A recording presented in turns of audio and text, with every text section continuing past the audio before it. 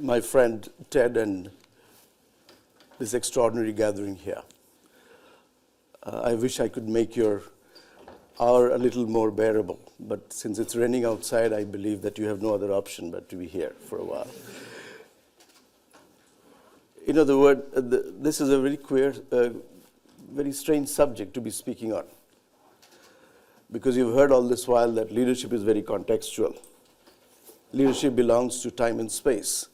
You need to know the organizational landscape in order to decide what kind of leadership you require. There is nothing called a good leader or a bad leader. There is only a good fit leader or a bad fit leader. All this is okay. But I'm just sensing that, there has been too much of a discourse. The narrative is slightly skewed towards what is so obvious. And this afternoon, for lack of a better word, I want to put to sleep some of those assumptions that you've made and some great theories that evolved out of Harvard, MIT, Wharton. I've come to realize that just as marketing does not belong to Philip Kotler, leadership does not belong to John Carter or Jack Welch. They are great exponents. They're great, crusaders for ideas. But here is an idea that lived a few thousand years before, John Carter developed his own theory of leadership.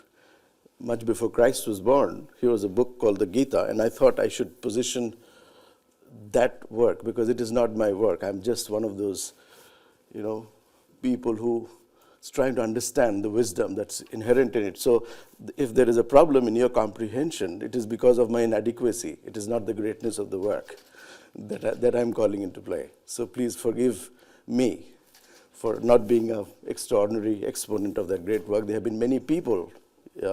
Somebody from IVU has to take care of that. I don't want that to surface on my... So could anyone help out a little bit? Thank you so much. My fellow citizen is in the IT business. And so all I'm saying is it possible? Thank you so much. You might be called into play again. So all I'm saying is it possible? Is it possible for us to recognize that here are some ideas, a set of ideas, that can be transcreated, not translated, transcreated, transported from the distant past and to be contextualized in the present moment. In short, can we be timely and timeless at the same time? If we can't be, then this work has no relevance. Okay?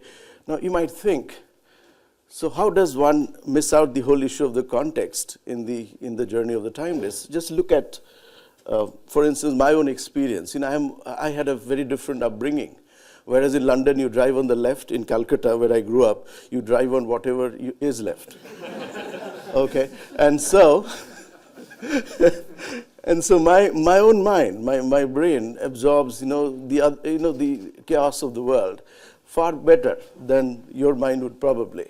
So if you think that why does this guy go back 2,500 years and then he comes back again? Well, that's the way we have been. So I don't see this as an extraordinary capability. Don't give me any credit for that. It's just my upbringing. You see, the shoes were crafted in China. My whole jacket got stitched in Lucknow, India. My glasses come from Chennai. My software called my brain is an accumulated gift of my teachers, my parents. And if I take away my voice, is because my parents gave me birth. And if I take away all the contributory values of what made me, then I'm reduced to nothing and I don't have the voice to say it. So I'll say,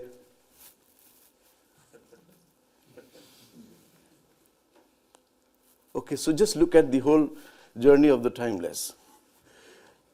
Look at those tulips in Holland. They're aligned, very linear. Look at a Japanese garden. It's apparently very chaotic, but they're also aligned in some way. Now look at the underlying principle behind the two. There is symmetry, there is harmony, there is beauty. And if you say, well, I would run management or leadership like the tulips in Holland, then you will do disservice to a Japanese garden. Okay, if you say, I'm going to only be like the Japanese, then you'll do disservice to the tulips. So not to discredit the linear or the non-linear, but there is something underneath that, something very timeless beyond temporal values that you attribute. And I think this morning, this afternoon, this extraordinary set of minds in Oxford will spares. There should be some willing suspension of disbelief. How can 100 years old text be relevant? So I move on to a little deconstruction of what this seminar is all about. And then I'm saying, look at the word timeless. And it simply means that it is time invariant. Time invariant. And leadership means, why would someone answer the question, why would someone follow you? Because I assume that if there's no follower, there's no leader. But if you add the two expressions, timeless leadership, it simply means, why would somebody follow you beyond the limits of power, position, and privilege that makes them follow you because there's something out there? There's a carrot there or a stick. Okay, the carrot is often the stick, people don't realize. There's a carrot or a stick. So what is that will enable you to follow somebody beyond the temporal considerations of money, power, and privilege? And that's the question I've been asking for the last 20 years. And if you say, well, have you found the answer? I said, I don't know. I haven't really found the answer, but I could this afternoon with you. So all I'm saying is it possible to combine these two and ask that question, that counter question, very counterintuitive question? Can there be leadership that transcends contexts? That's timeless, that's spaceless. And you might wonder, what is this timeless thing? You know, each of us sitting here wants infinite knowledge. You're curious to know beyond your context. Like, you're infinitely in quest for knowledge. You want unlimited happiness. You want existence that is sort of never ceases, even after your death. There's a post-mortem world out there that you speculate about. All this will give you symptomatic evidence of the fact that we are, in some way, interested in the timeless. Otherwise, we wouldn't ask these questions. We wouldn't be curious infinitely. We wouldn't seek infinite knowledge or power or happiness. So what is that? How do you then reconcile this with whatever is happening in the space of leadership? And I'm going to look at three elements of timeless leadership that I think are what one has gleaned out. So what's happening in that battlefield before I go to the three elements? Here is somebody whose name is Krishna, and there is another guy whose name is Arjuna, and what they're doing is they are having a conversation in the middle of war, in a battlefield. Arjuna's problem is he's a heroic person of heroic proportions, but he has a performance breakdown in the middle of battle. He can't lift his bow and arrow because he has some emotional issues with going to battle. And there his mentor Arjuna and Krishna is telling him, well, look here, let's go a little deeper than the goal in hand. It's not about the goal of the battle, it's about a larger purpose, and you see how your goal fits into that. So we go into the whole conversations between Arjuna and Krishna, and we actually make it contemporary, and we say, well, here is a leader who's having a performance breakdown in the middle of excruciating, environment where there's an information, sort of cascading information. He can't handle that anymore. Balancing information sets. So his eyes cannot live on the screen for more than 10 seconds. He is not able to process so much data. He's not able to balance the paradoxes in his life, quality, value, quarterly reports, and sustainability of the organization. And he can't hold on to that tension anymore, so he looks for a counsel. And here is a counsel right in the middle of the battle. And he's saying, well, look at these three issues. And I'm gleaning out three secrets from the Gita, and I'm presenting this to you. And the three secrets are purpose, performance, and possibility. If you just look at these three and then come to your own conclusions about what they are, it'll be great. So if I look at the word purpose, I have a question to ask. And the question is, how is purpose different from a goal? And very often people confuse this. They think purpose is some kind of an abstraction. It is some kind of a philosophical speculation about life and work. Much less than that. People think purpose is sort of, irrelevant, because I don't think I have time to think of that. But the point is that purpose is nothing but integration of goals. Now, I'll give you an example that you will probably never forget in your lifetime. You have a heart. I'm presuming everybody has a heart, and you know that. Okay? And the heart beats roughly 72 times a minute. 72 times a minute. And it is almost like your fist beating.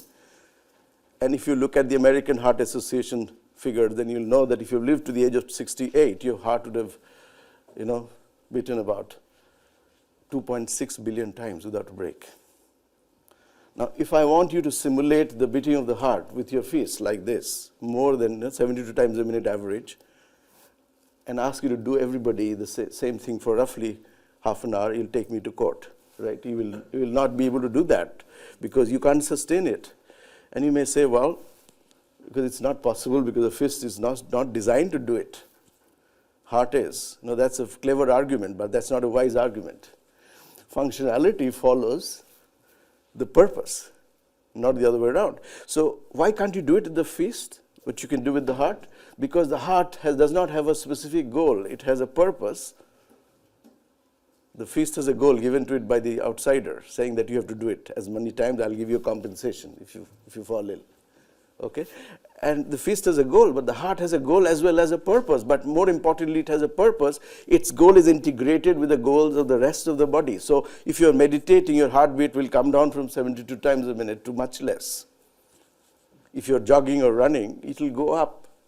And so it is calibrating, it is navigating the pursuit of its personal goal with the goals of the others. So it is an integration of goals. And that's what organizations are all about. Now, if you say, I have the pursuit of a goal, I am the CEO, I'm going to have exponential increase in my salary, and at the same time I'll retrench people, that certainly is not work on purpose. And we are seeing the fallout of that. Okay? So just take the example of a person whose name is Lord Hunt. He was from this country. He was the third in line to conquer Mount Everest, first few human beings that went to Everest. Not many people have heard the name of Hunt. They have heard of Tenzing Norgay and Edmund Hillary. They were the first ones to go on Everest. Hunt was third in line, and they had got news that Edmund Hillary and Tenzing Norgay had already conquered Everest, and they were just about a couple of kilometers away from that pursuit, reaching the peak. They could have been the third human beings to have gone there. Lord Hunt turned back, and he started to climb down. And when he came down, the press guys asked him, why did you actually come down? You could have been the third. That would have been quite an achievement, third human being. He said, no, when we started the climb, we got together, all the climbers, mountaineers, and we decided that somebody has to be conquering Everest on this trip, not who. Someone among us, not who. And when that purpose was fulfilled, I saw no reason for me to go there again, just to embellish the gold. Just look at the enormity of that, the power that comes from that in an organizational context. A football team in championship form. It doesn't matter who scores the goal, but the goal is scored. Real Madrid, with all the stars, that year couldn't win a single major championship. Why? They're all the stars, but the stars together didn't have a purpose. So just think of this. These great schools like Oxford, Harvard, MIT, I think you're fed on a diet of pursuit of goals, and we become goal sick. So if you thought this was just an example from the world of mountaineering and sports, I'll bring you to a corporate world. And I'll ask you to revisit the life of J.R.D. Tata. 50 years back in Jamshedpur, he goes to a plant, and where his employees are shouting slogans. They will strike work. And his HR manager is by him, and J.R.D. looks at the striking people in the heat of Jamshedpur, 40 above, 40 plus degrees Celsius, and he looks at them and he asks his HR head, why are they shouting? He says, they are disgruntled most of the time. We have fulfilled most of the demands. They have no reason to shout, but since you are in campus, you're in town, they find that this is a good opportunity for them to air their views, so they're shouting. So, sir, please ignore them. Let's move on. Jerry says, okay, see, don't worry. About the shouting. That's not what bothers me. What bothers me is they're shouting under the hot sun, and they don't have water to drink. So can you provide them a shade under which they can shout, and provide them with a glass of lime water? Okay, for the next 50 years, there are no strikes, okay, in that plant. Now, what is JRD trying to do here? A CEO who was not an engineer, but he recruited some of the best engineers of the country. That's how the entire Tata empire grew from there. So what he's trying to do is essentially saying that, well, my purpose is profitability of the enterprise, but this guy's purpose is a little shade. His goal is a little shade. His goal is a little, sense of security that he belongs to some organization that cares. And if these two are not integrated, there cannot be there cannot be institutions. So, there is a difference between building a business and building an organization or an institution. Building a business is an aggregation of resources. You can be clever and build a business, make it $1 billion company. But building an organization means that you have to sustain a purposive work. Otherwise, organizations, think of Anderson, think of Enron, think of Satyam in India, think of any organization that fell by the wayside, you will see the same story over and over and over again. Purpose has been replaced by narrow goals. And this is where we come to a very timeless, understanding of the fact that purpose is not against goals. Please don't get that idea from here. Purpose is essentially the way to fulfill your goals in a more sustainable way, perhaps faster. Somebody like Ratan Tata used to say on behalf of the Tatas, if you have to go fast, go alone. But if you have to go far, you must go together. If you go far, you must go together. And that's what purpose is. Is that clear? So this is what Arjuna is hearing from Krishna. He said, your goal is not to fight this battle. Your purpose is dharma. Somebody has violated rule of law. And your job is to fight for restoration of rule of law. Rule of the ruler is not the rule of law. Rule of the ruler is dogma. Rule of law is dharma. And when dogma runs over dharma, there is a real trouble. And this is what Arjuna is called to play. He says, well, I have to protect the rule of law because the rule of the ruler violates. If you're a whistleblower within the company, you're taking on the rule of the ruler, you have consequences. That's why you don't take on. But if you don't take it on, you're not fulfilling a purpose for which you were born. This is very critical. I think the brightest here will have to respond to that demand that, am I fulfilling my dharma as a corporate warrior? This is the Indian art of war. Unlike the Chinese art of war. We are complementary, we have a complementary. The Chinese art of war is about craft, about design, about being smart, which is very essential. However, the Indian art of war is very different. Indian art of war is, you are not a fighter, you are a warrior. Fighter fights with the other, warrior fights with himself or herself. And in a corporate war, the fundamental fight is with yourself. Okay? That fight is about purpose versus goals. The second order reality is performance, and I want to show you a picture of performance breakdown. This is what is called a silo mentality. The guy from the forest department says, it's not my job. It's not my job. I would rather distort the whole organization than do somebody else's job. Not my job. So what you see as performance is fundamentally that. Potential limited by organizational silos, by structures. Now, how do I survive? So if I look at performance as the art of undoing, which is very counterintuitive, we have always thought that our performance means more. But I'm saying, no, it is less of the more. Why is it less? Because you saw that small I, capital P is your potential in the performance space. Small p is your actual performance. Why small p is so much less than capital P? Because there are constant interference patterns. There's something going on in your head all the time. This is what is called silo-based thinking, sensory thinking. Now I'll give you an example. You might laugh at it, but that example is very powerful. George Bush and Dr. Manmohan Singh are in a quiz competition, heads of states. Both of them are gone, so I have no problem. I'll not be jailed anymore. So all I'm saying is it possible to contemplate there is a quiz competition and the quiz master is asking a question. Suppose a child is born to your mother, neither your daughter nor your son. What is your relationship? Not your sister, neither your brother nor your sister. What is your relationship to the child? I'll repeat that question again. Suppose a child is born to your mother, neither your brother nor your sister. What is your relationship to the child? Dr. Manmohan Singh is good with these things. So he says, sir, that's me. And George Bush is still in doubt. So he loses the prize and he goes back to United States of America and he says to his Secretary of State, Madam Rice, I'm really anxious to know the answer to the question. Suppose a child is born to your mother, neither your brother nor your sister. What is your relationship with the child? Madam Rice says, sir, this is a very complex question. I must go and ask this Defense Secretary, Colin Powell, who is very intelligent, and he might be able to figure out. So she goes to Colin and said, Colin, suppose a child is born to your mother, neither your brother nor your sister, blah, blah, blah. What would be your relationship with the child? And Colin says, oh, that's me, Madam Rice. Madam Rice goes back to George Bush and says, sir, finally I have found the answer. The answer is Colin Powell.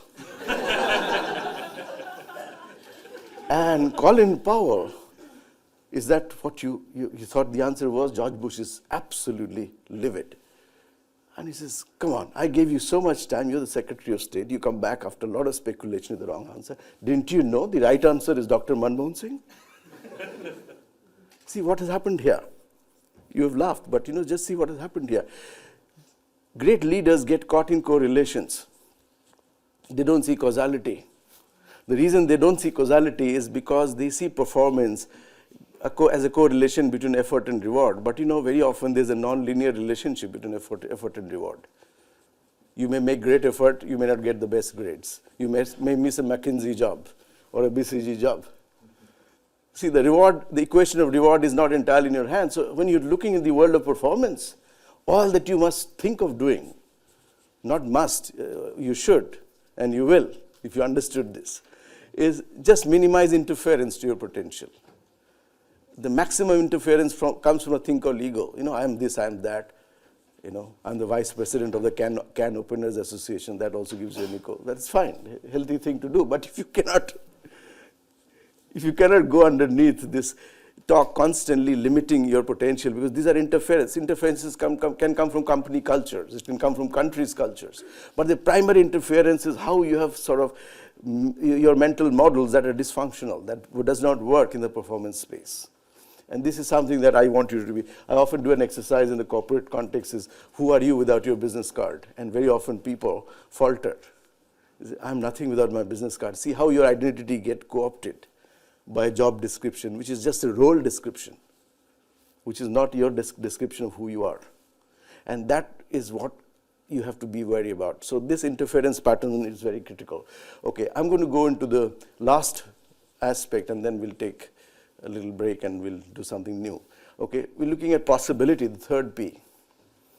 And the moment I say possibility, you probably have to look at possibility as something in the future. That's what you think, future. Possibility connotes a word that it is not real now, it might be real in the future, but there's a possibility. In short, the functional aspect of looking at possibility is, how do I enhance the horizon of my perception? How do I enhance the horizon of my perception? And it is not always easy to do so unless you go through a certain orientation, unless your mind goes through a certain orientation to a reflective consciousness. I had often been, rather than a reactive mind. A reactive mind is something that is constantly in the sort of, in the monkey mode. It is constantly doing, instinctively reacting to stimulus. But a reflective consciousness is something that can actually absorb the stimulus that the reactive mind receives, and yet maneuver the stimulus, hold back. A great poet of England, John Keats, used an expression long back in the 17th century called negative capability. Those of you who have studied literature will know that what he was talking about is what the great rishis of India were saying. Negative capability doesn't mean that you are incapable.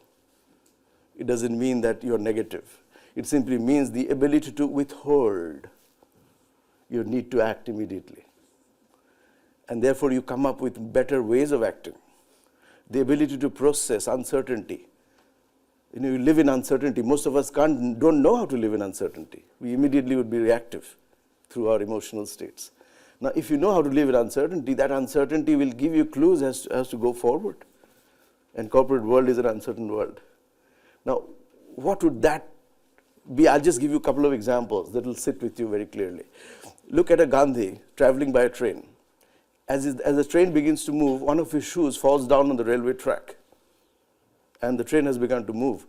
So he looks wistfully at that shoe. And if I was Gandhi, if somebody, if I were that, and some of you were in that place, you recognize that at the emotional level, you'll feel a sense of loss. You're uncertain what to do. One shoe has gone, you have just one.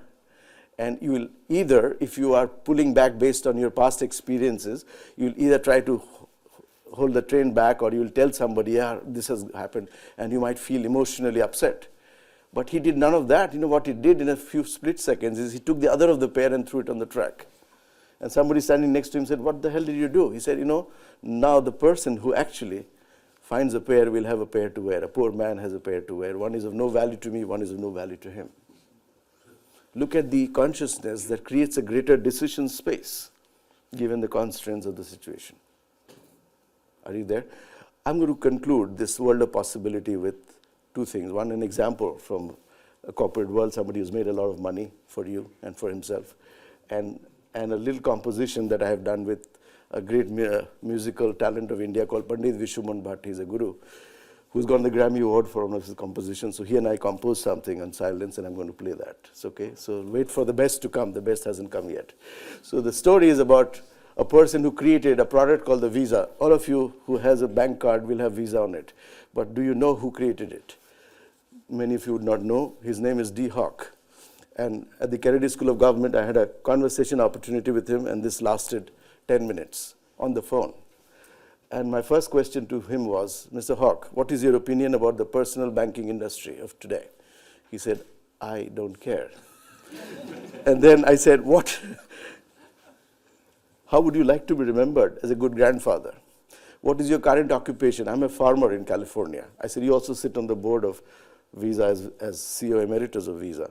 You're on the board of Harvard Business Review. So I have a right to ask you, what did you do when you thought of Visa as an idea? He said, I redefined money. I said, you redefined money? How come? He said, I define money as human energy impulse that can be alphanumerically coded on a plastic card, and those impulses could be transmitted across the continents, across the seas, provided you had two things behind the transmission process. One is value, the other is trust. Any institution that has these two is potentially a bank. That was his operating definition of money. I said, my God. How would you convert that knowledge into how do you execute? So the idea is not just that knowledge, but Visa as an idea is great, but how do you execute? He said, I had a simple solution. I said, why don't I create a card like a business card that a farmer in California or a grocer in India can punch in? And if there is money there, he can be a Rockefeller or an ordinary feller, but the money is going to come out if there is value and trust. So I made execution that simple and user-friendly. So here is this wealth of knowledge. Here's this simplicity of execution and the connect between the two. Then my next question was, then how do you go around and convince several other banks so that Visa gets acceptable to the banking fraternity? Who would buy that idea in the conventional banking, where banking was equivalent to collaterals, large buildings? Okay, who would buy that simple idea that it was value and trust, amplified, first, condensed in alphanumerically on a plastic card, and then amplified across continents? Who would buy that idea? He said, I had a mantra. I said, that's an Indian word.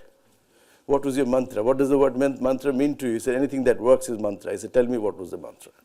He said, each time I met a person who was superior to me in rank, hierarchy, or talent, my mantra for him or her would be, I am as great to myself as you are to yourself, therefore we are equal.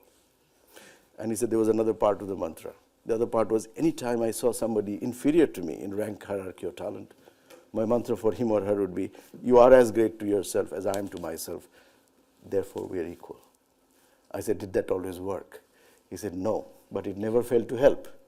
Why did it help?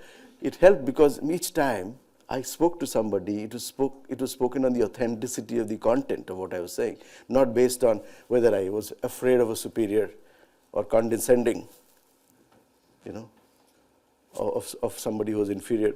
So communication worked. If it is based on authenticity, it does work. It has a tendency to work.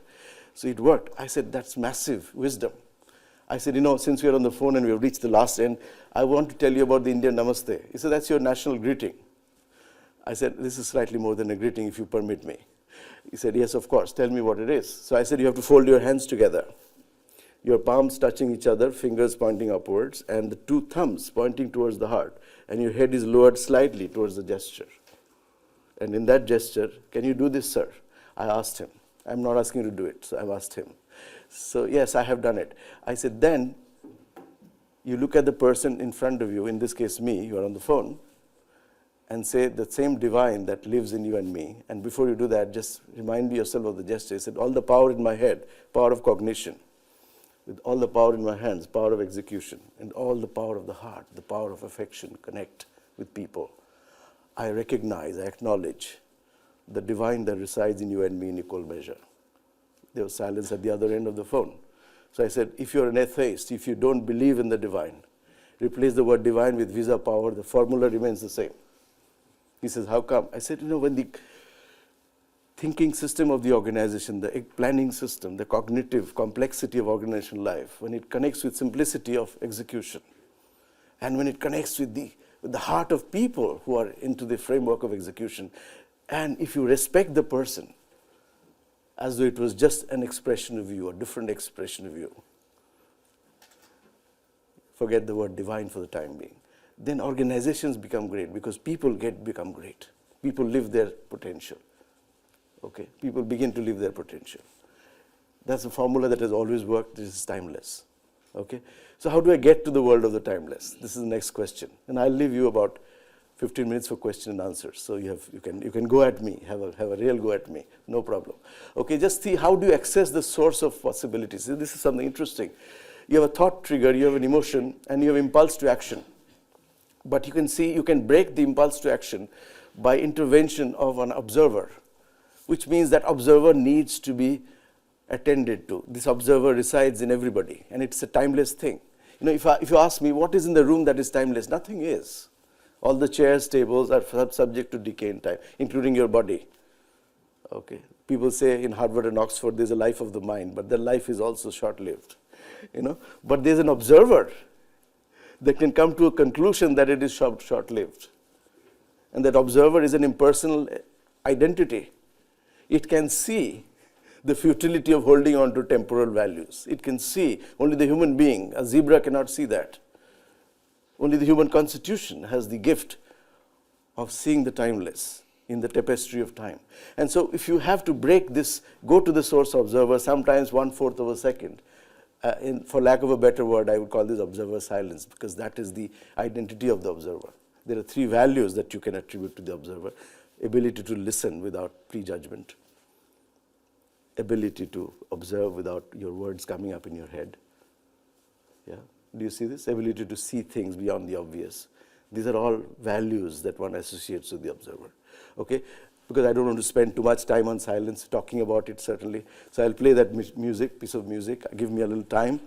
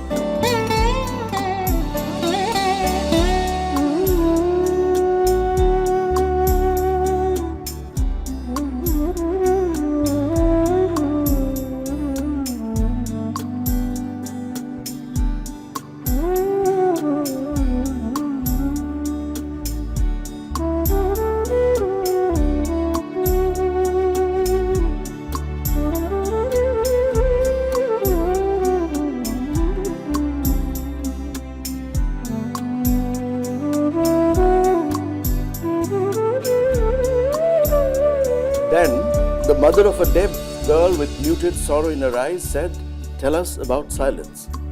Ananda waited for the murmur of the eucalyptus leaves to whisper its last secrets through the hills. He seemed absorbed in a wordless conversation with himself.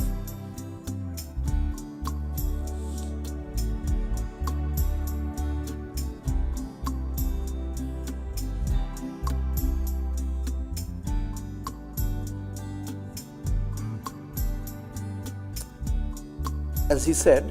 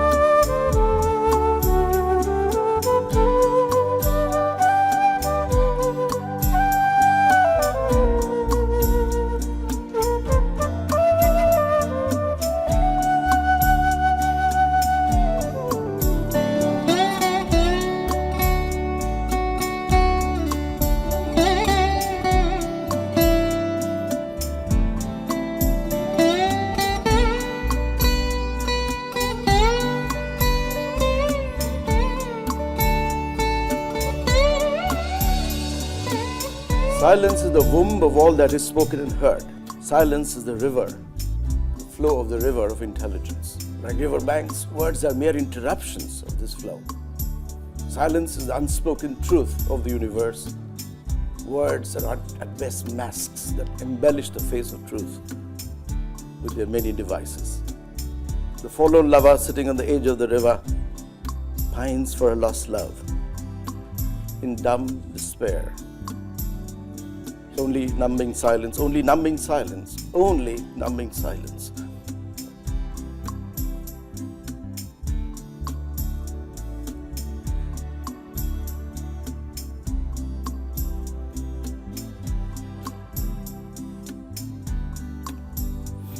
Connects heart with heart.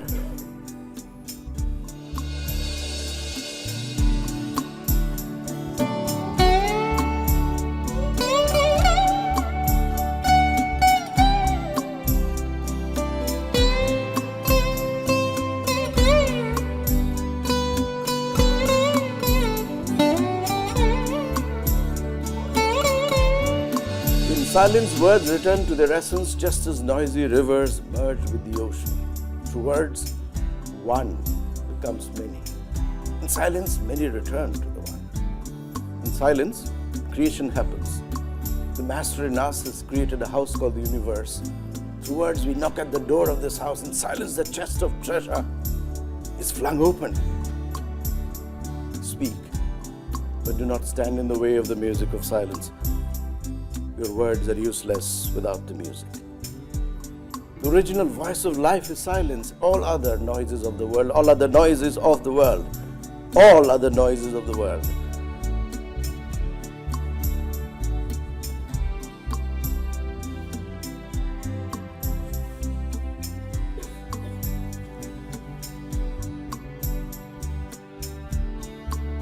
are mere echoes.